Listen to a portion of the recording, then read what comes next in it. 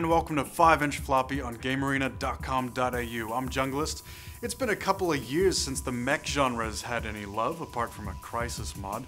But in one of those oddly common video gaming happenstances, a lot of the same type of game are coming out at once. There's MechWarrior Online, which we'll all be familiar with. There's MechWarrior Tactics, which puts you in the commander's seat. And there's Hawken, an indie action-focused mech combat game, which we'll be talking about this week. And boy, what a good-looking mech game it is.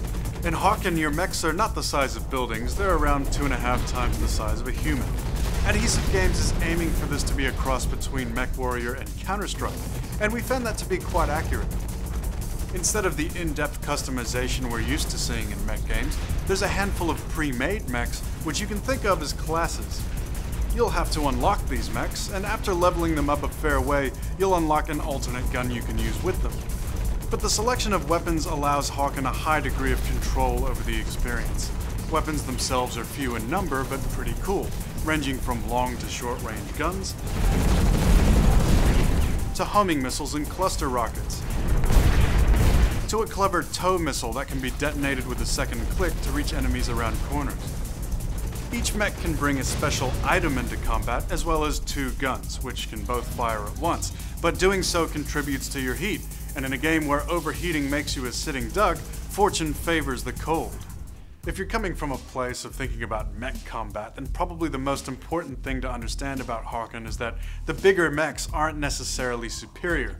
There are light, medium, and heavy mechs, and each category has a set amount of health.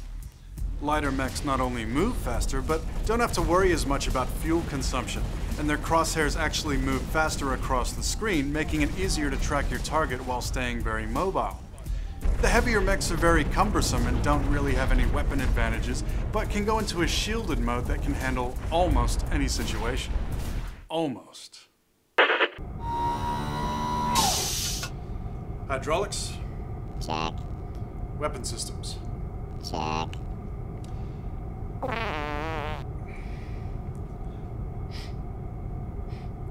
Ventilation?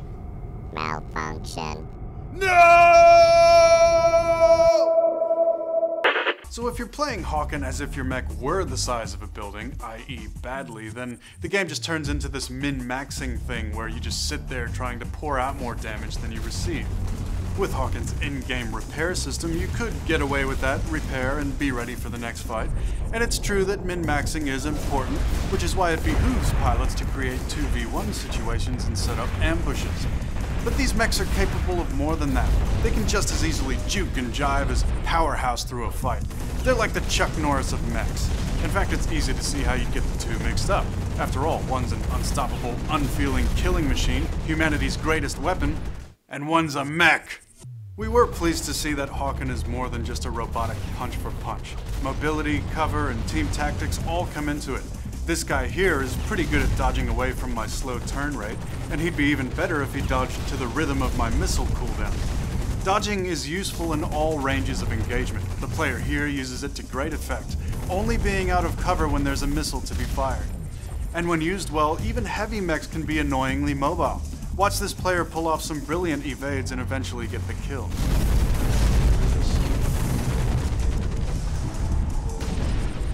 Hawken looks and sounds pretty impressive as well, with great smoke effects and ground crumbling and sparks flying when you crash into walls. Gun barrels go red with heat and explosions are just sexy. Even if they look a bit samey, there's a good degree of verticality to these Rocket Arena style maps. Most of them are designed for either Team Deathmatch or the main mode Siege, where you have to collect energy from the vulnerable low ground and deposit it back at the base. This then launches a battleship on the way to the enemy's base, which they can shoot down if they capture an anti-air gun in the middle of the map.